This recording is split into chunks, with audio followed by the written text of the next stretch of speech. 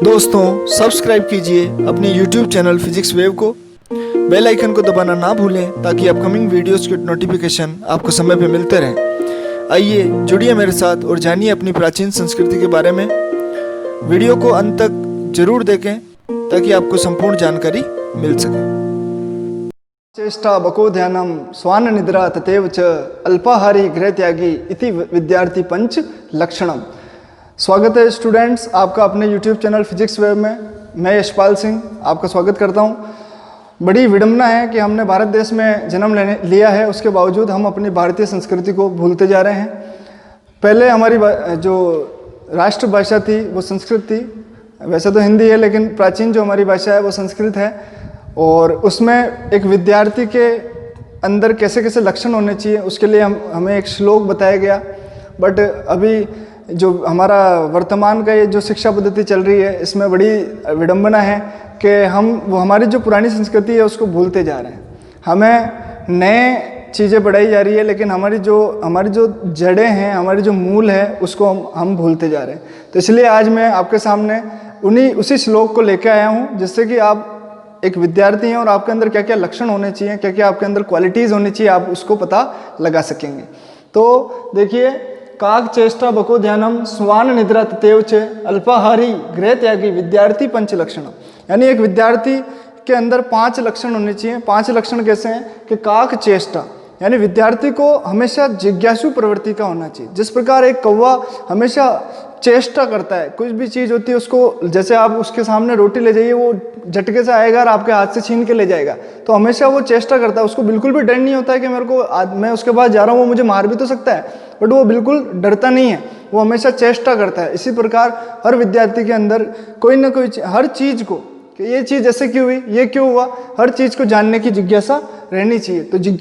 तो हमेशा इसमें कहा गया है कि कौवे की तरह आप जिज्ञासु बने, हर चीज़ को जानने की कोशिश करें। आप ये जानें कि आपकी उत्पत्ति कैसे हुई है। और आपको ये जानकर बहुत आश्चर्य होगा कि हमारी जो श्रीमद् भगवत गीता है उसमें श्री कृष्ण भगवान ने अर्जुन से कहा है कि मात्र मानव जीवन ही एक ऐसा जीवन है जिसमें आपको कुछ नया करने की, कुछ नया सोचने की शक्ति दी गई है। बाकी जितने भी जीवन हैं, जितने भी जैसे अलग अलग प्रकार के आपके जानवर योनि होगी, दूसरी जो योनियाँ हैं, उसमें आदमी जो भी जीव है वो कुछ नया नहीं कर सकता। वो जो अपने पुराने जन्मों में करता है उसी का भोगता है। तो लेकिन मानव जीवन में यदि आपको जन्म मिला है तो इसका मतलब ये है कि आप पुराने जीवन का तो भोगेंगे ही, साथ में आप कुछ इस जीवन में कुछ नया कर सकते हैं जिससे आपका ये जो जन्म लेने का जो सिस्टम चला आ रहा है ये खत्म हो जाए और आपको वो जो परम धाम है वहाँ पे जगह मिले। तो आप इस तरीके से इसको करें कि आप हमेशा जिज्ञासु बने। आप ये जानने की कोशिश करें कि आपकी उत्पत्ति कैसे हुई। हालांकि साइंस बहुत तरक्की कर रही है, हमें पता है कि डार्विन का सिद्धांत है किस तरीके से मानव की उत्पत्ति हुई, बट उसके बावजूद भी इस पूरी पृथ्वी, इस पूरे ब्रह्मांड में ऊर्जा का स्रोत कौन है, क्या वो भगवान है, इस चीज़ के बारे में भी हम सोचें और जिज्ञासु बने। तो काक यानी कौवे की तरह जिज्ञासु बने, काक की तरह चेष्टा करें, इसमें ऐसा कहा गया। एक विद्यार्थी का ये प्रथम लक्षण है। दूसरा बको ध्यानम। बको से मतलब है बगुला। बगुला जब वो पानी के अंदर खड़ा होता है और उसको मछली पकड़नी होती है तो वो एक पैर पे खड़ा रहता है ताकि हल्की सी भी हलचल नहीं और मछली को पता भी नहीं चलता है कि यहाँ पे बगुला है। अर्थात वो इतना ज़बरदस्त कंसंट्रेट रहता है अपने आप में और उसका ध्यान देखिए आप कि जैसे ही मछली आती है उसको लपक लेता है। हल्का सा भी देरी ना तो पहले है ना बाद में, एकदम उसको बिल्कुल कंसंट्रेट रहता है अपने काम के प्रति। तो विद्यार्थी को भी अपने जो भी वो काम करता है उसमें एक रूप से एकदम अपना ध्यान केंद्रित करके रखना चाहिए, एकदम कंसंट्रेट रहना चाहिए। तो बगुले की तरह ध्यान हो, काक की तरह चेष्टा करे, जिज्ञासु बने और बगुले जैसा ध्यान हो। ऐसे 2 विद्यार्थी के लक्षण बताए। स्वान निद्रा। विद्यार्थी जब सोता है तो उसकी निद्रा ऐसी होनी चाहिए कि हल्का सा कुछ हुआ और उसकी निद्रा खुल जानी चाहिए। जिस प्रकार हम जो स्वान होता है, स्वान का मतलब कुत्ते से है, जो कुत्ता होता है वो हमेशा ऐसी नींद में सोता है कि कुछ भी हल्का सा उसका पास में मारने के लिए जाएंगे तो उसको पता चल जाता है, वो झटके से अपनी नींद खोल देता है। इसी प्रकार से विद्यार्थी को भी एकदम चुस्त दुरुस्त और स्फूर्ति वाला होना चाहिए कि कुछ भी हो हमेशा अटेंशन उसको होना चाहिए। तो निद्रा उसकी ऐसी होनी चाहिए कि कुछ भी हो उसको तुरंत ही पता चल जाए। ऐसे नहीं कि घर में आए चोरी करके चले गए, आपको ध्यान ही नहीं पड़ रहा। तो ऐसी निद्रा आपकी नहीं होनी चाहिए। आप विद्यार्थी, आपकी निद्रा कैसी होनी चाहिए? स्वान के जैसी होनी चाहिए। अल्पाहारी। एक विद्यार्थी को उतना ही भोजन ग्रहण करना चाहिए जितना कि उसको आवश्यकता है। उसके शरीर में यदि जरूरत से ज़्यादा भोजन जाता है तो उसके अंदर प्रमाद उत्पन्न होगा। प्रमाद अर्थात आलस्य उत्पन्न होगा और वो आलसी बनेगा। और आलस्य जैसे ही वो बनेगा, आलस्य आने के कारण उसकी जो पढ़ाई का टाइम टेबल है वो सब बिगड़ जाएगा। तो इसलिए ये सब नहीं बिगड़े, वो एकदम एकाग्र होकर रहे, इसके लिए उसको अल्पाहार लेना चाहिए। अल्पाहार का मेरा मतलब ये नहीं कि कम भोजन खाओ, जितनी आवश्यकता है बॉडी की उतना तो लेना ही है, लेकिन अधिक मात्रा में नहीं लेना चाहिए, जिससे कि प्रमाद उत्पन्न ना हो। प्रमाद से मेरा तात्पर्य आलस्य से है। गृह त्यागी, ये जो वर्ड है यहाँ पे अभी वर्तमान जो परिस्थितियां उस पर लागू नहीं होता है, क्योंकि अभी अपन सभी को पता है कोरोना काल चल रहा है, कोरोना में हमें घर से बाहर नहीं निकलना है।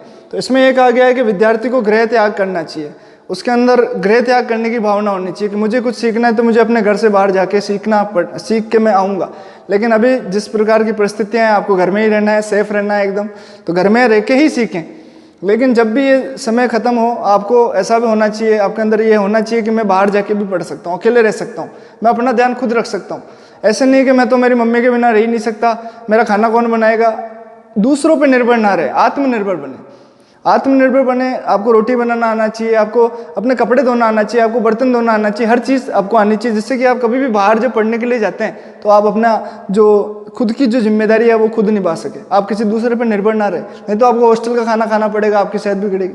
तो इस तरीके से आपके अंदर ये 5 लक्षण होने चाहिए। आपको कौवे की तरह चेष्टा करनी चाहिए, आपका ध्यान केंद्रित इस तरीके से रहना चाहिए कि जैसे एक बगुले का ध्यान रहता है, आप जो श्वान होता है उसकी तरह क्षणिक निद्रा आपको लेनी चाहिए कि आपको तुरंत ही कुछ हुआ तो आपको जग जाना है। अल्पाहारी भोजन जितनी आवश्यकता उतना ही करना है, और गृह त्याग की भावना भी आपके अंदर रहनी चाहिए। ये 5 लक्षण है आपके अंदर। यदि आप विद्यार्थी हैं और आपके अंदर ये 5 लक्षण हैं तो आप कोई भी काम कीजिए, आप कभी भी उसके अंदर पीछे नहीं रहेंगे, आप हमेशा हर काम में अग्रणी रहेंगे। ऐसा हमारे संस्कृत के श्लोकों में कहा गया है। तो हम इन श्लोकों को पढ़ के हमारी जो पुरानी सभ्यता जो विलुप्त होती जा रही है उसको भी बचाएं, और हमारी इस संस्कृति को जो आने वाली पीढ़ियां हैं उनको भी हम बताएं कि भाई ऐसा भी कुछ लिखा हुआ है। हमारे जो पुराना जो साहित्य है वो इतना अच्छा है कि हम क्या बताएं, हमें नई पद्धति की कोई आवश्यकता नहीं है। यदि हम हमारी पुरानी पद्धतियों को अपना ले तो हम बहुत आगे बढ़ जाएंगे, और हमारा जो देश है वो शायद वापस से जो गुरु कहलाता था, विश्व गुरु कहलाता था, वो हम वापस उस स्थान को प्राप्त कर सकेंगे। कल कृष्ण जन्माष्टमी थी। श्री कृष्ण जन्माष्टमी की आपको बहुत बहुत हार्दिक शुभकामनाएं। श्री कृष्ण भगवान ने अर्जुन को संबोधित करके जो श्रीमद् भगवत गीता में हमें एक संदेश दिया है, उसी संदेश में से एक श्लोक मैं आपके सामने लेकर आया हूँ। विद्यार्थी को जब भी अपनी पढ़ाई स्टार्ट करे, प्रातःकाल नहा धो के एक संस्कृत श्लोक का उच्चारण तो प्रतिदिन करना ही चाहिए। इससे उसके अंदर की जो धारण करने की क्षमता है, उसकी जो मानसिक ताकत है, स्ट्रेंथ है, वो बढ़ती है, और उच्चारण उसका इतना अच्छा हो जाता है, क्योंकि संस्कृत एक ऐसी भाषा है जिसमें आपकी जीभ पूरी घूमती है। आपके जो वर्ण बनाए गए हैं, आप देखिए क ख ग वाली लाइन कंठ से बोलते हैं, च च ज वाली मुर्दा, इस तरीके से हम आगे आते हैं। ऐसे ही प फ वाली ओष्ठ से, ओष्ठ यानी होठों से बोलते हैं। तो हमारी जो ग्रामर जो बनाई गई है, फॉर्मेशन जो है वो भी बहुत साइंटिफिक हुआ है। तो जब यदि हम रोज प्रातःकाल संस्कृत श्लोक से हमारी दिनचर्या का प्रारंभ करते हैं तो हमारी जो बोलने की जो क्षमता है वो बहुत अच्छे से आपकी बढ़ेगी, जिससे कि आप अच्छा प्रोनाउंसिएशन कर पाएंगे।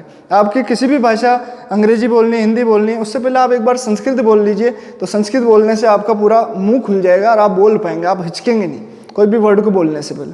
आपको ये भी ध्यान होना चाहिए कि वर्तमान में जो आर्टिफिशियल इंटेलिजेंस जो डेवलप की जा रही है नासा के अंदर, उस आर्टिफिशियल इंटेलिजेंस की जो लैंग्वेज है वो संस्कृत है, क्योंकि संस्कृत ऐसी भाषा है जिसमें पर्यायवाची बहुत सारे हैं, हर वर्ड के हजार पर्यायवाची। तो किसी भी लैंग्वेज को, किसी भी प्रोग्राम को इस तरीके से डेवलप किया जा रहा है कि इंग्लिश और ये जो दूसरी भाषा है उसके लिए सफिशिएंट नहीं है, तो उन्होंने संस्कृत भाषा को सीखना स्टार्ट किया, और उसी के अंदर वो जो आर्टिफिशियल इंटेलिजेंस है उसके प्रोग्राम बनाए जा रहे हैं। तो ये हमारे लिए बहुत गर्व की बात है कि संस्कृत को विदेशी जो देश हैं वो बहुत अपना रहे हैं, और हम क्यों नहीं अपनाएं। तो हमारे को प्रयास करने चाहिए कि हमारी जो शिक्षा पद्धति है उसके अंदर भी संस्कृत का वापस से 10वीं क्लास तक ही ना रहे, 11वीं 12वीं और जो कॉलेज लेवल है उसमें भी हमें संस्कृत का ज्ञान हर बच्चे को कंपलसरी किया जाए, ताकि वो अपने आप में थोड़ा सक्षम बन सके। जिस प्रकार हमारे पूर्वज बहुत ही ज़्यादा इफिशिएंट थे, उसी प्रकार हमारी जो क्षमता है वो भी बढ़े।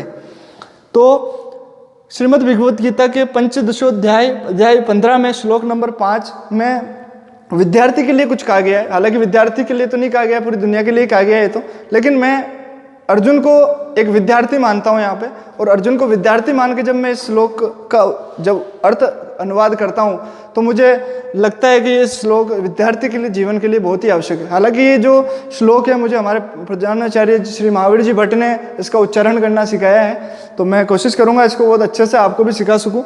इस श्लोक में इस तरीके से कहा गया है कि निर्माण मोहा जित संग दोषा अध्यात्म नित्या विनिवृत्त कामः द्वंद्वैर्विमुक्तः सुख दुःख संगैर गच्छन्त्य मूढ़ा पदमव्ययम् तत्। अर्थात निर्माण मोह, कोई भी विद्यार्थी यदि अपने अंदर इस प्रकार के गुण धारण कर ले कि निर्माण मोह, उसको अपने मान का कोई मोह ना रहे। हम देखते हैं हमारे स्कूल में कुछ विद्यार्थी ऐसे भी आते हैं जिनको अपनी इज्जत की बहुत पड़ी, उनको ऐसा लगता है कि गुरुजी के पैर छू लेंगे तो शायद उनकी इंसल्ट हो जाएगी, तो उनको अपने मान का बहुत रहता है। क्लास में कोई सर उनको खड़ा करके कुछ डांट दे, उनकी गलती सुधारने की कोशिश करे तो उनको लगता है कि हमारी इंसल्ट कर रहे हैं, और बाहर जाके वो लड़ाई धंधे इस टाइप की चीज़ें करते हैं। तो ऐसे विद्यार्थियों के लिए यदि वो वास्तविक में विद्यार्थी हैं और कुछ प्राप्त करना चाहते हैं अपनी ज़िंदगी में, तो अपने मान का मोह छोड़ दें, अपनी इज्जत। आप इस ब्रह्मांड में पैदा हुए, इस पृथ्वी में जो पैदा हुए हैं, तो ये बहुत बड़ा ब्रह्मांड है। इस बहुत बड़े ब्रह्मांड के अंदर पृथ्वी एक छोटा सा प्लेनेट है, जिसके अंदर आप इंडिया नामक एक छोटे से देश में रहते हैं, और इंडिया नामक देश में भी एक छोटे से राजस्थान स्टेट में, और इस राजस्थान स्टेट के एक छोटे से डिस्ट्रिक्ट भिलवाड़ा में एक छोटे से गाँव में, और आप खुद कितने से हैं, इतने से, यानी एक धूल के कण के बराबर भी आपकी वैल्यू नहीं है, और आप इतना घमंड कर रहे हैं। तो आपको तो घमंड करना ही नहीं चाहिए, यानी किसी भी तरह का मान ना रखे ऐसा स्टूडेंट, ऐसा विद्यार्थी जित संग दोषा, जिसने संग रूपी जो दोष होते हैं, आसक्ति रूपी, मुझे इससे संग, मुझे तो गेम खेलना है, मुझे तो मूवी देखनी, आपने अपना संग दूसरी चीज़ों के साथ जोड़ लिया, आसक्ति उसमें पैदा कर ली है। तो ऐसे जो आसक्ति रूपी दोष हैं उनको यदि वो जीत लेता है, अध्यात्म नित्य, नित्य प्रतिदिन सुबह उठ के भगवान के बारे में एक बार स्मरण करता है, विनिवृत्त कामा, विनिवृत्त कामा मीन्स अपनी जितनी भी कामनाएं हैं उनको उसने पूर्ण रूप से नष्ट कर दिया है। द्वंद्वैर विमुक्ता सुख दुख संगैर, अर्थात ऐसा व्यक्ति जो सुख दुख नामक द्वंद्व होता है उसके सदा सदा के लिए विमुक्त हो जाता है। कौन होता है? जिसने अपने मान का मोह छोड़ दिया है, जिसने आसक्ति रूपी सभी दोषों को जीत लिया है, जिसने भगवान में अपना नित्य स्मरण स्थापित कर लिया है, जिसने अपनी कामनाओं को पूर्ण रूप से नष्ट कर लिया है। ऐसे ज्ञानी जन, ऐसे ज्ञानी विद्यार्थी के जीवन से सुख और दुख पूर्ण रूप से विमुक्त हो जाते हैं, और वो परम पिता परमात्मा को जो परम पद है, उस परम पद, उस अविनाशी पदमव्ययम, पदमव्ययम मतलब उस अव्ययम, अव्ययम यानी अविनाशी परम पिता परमात्मा के जो परम पद है उसको वो प्राप्त करता है। तो आप कोशिश करें, आपके अंदर अभी बहुत ऊर्जा है, आप चाहे जो कर सकते हैं। आप एक स्टूडेंट हैं तो आप इस तरीके से अपना आप को बनाएं कि आपको आपका जो जीवन की उत्पत्ति का जो मूल कारण है वो आपको पता चल सके, और आप उस जो स्रोत आपका मूल है, मतलब जिस ऊर्जा के कारण आप चल रहे हैं उस ऊर्जा के बारे में आप जान सके और अपने जीवन को साकार बना सके। आशा करता हूँ आप इस चीज़ को ध्यान से देखेंगे और इससे प्रेरणा लेकर कुछ अच्छा करने की कोशिश करेंगे। धन्यवाद, आपका बहुत बहुत धन्यवाद।